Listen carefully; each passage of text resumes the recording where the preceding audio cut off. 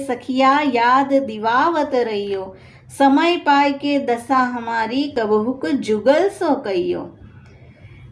હે સખીઓ, જે આપ નિજધામમાં યુગલ સ્વરૂપ પાસે છો તેને અમારી યાદ દિવાવજો અને ક્યારેક અમારી દશા પણ કહેજો। કરી મનોહાર દો કર જોરી મેરી વ્યથા ઉલૈયો।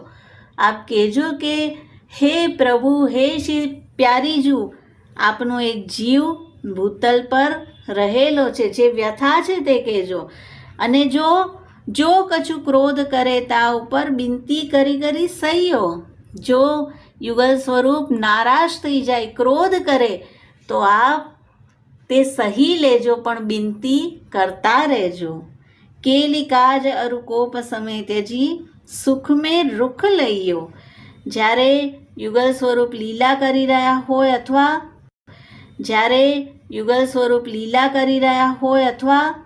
માનમાં બિરાજ્યા હોય તે સમયે બિનતી નહીં કરતા, પણ સુખમાં બિરાજ્યા હોય ત્યારે અમારી બિનતી કરજો। કહીયો કબહુક ધાય કે બાહ હરિદાસ કી ગઈયો।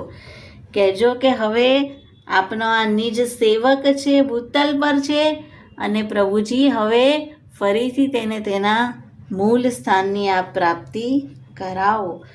તો આ રીતે રસબિલાસિનીજીએ આખું એક માનો માર્ગ બતાવ્યો કે હજી જે જીવો પર શ્રી ઠાકોરજી પ્રસન્ન નથી થયા તેની પછી ઠાકોરજી કોણ ભાતી પ્રસન્ન ભયે જાનીએ।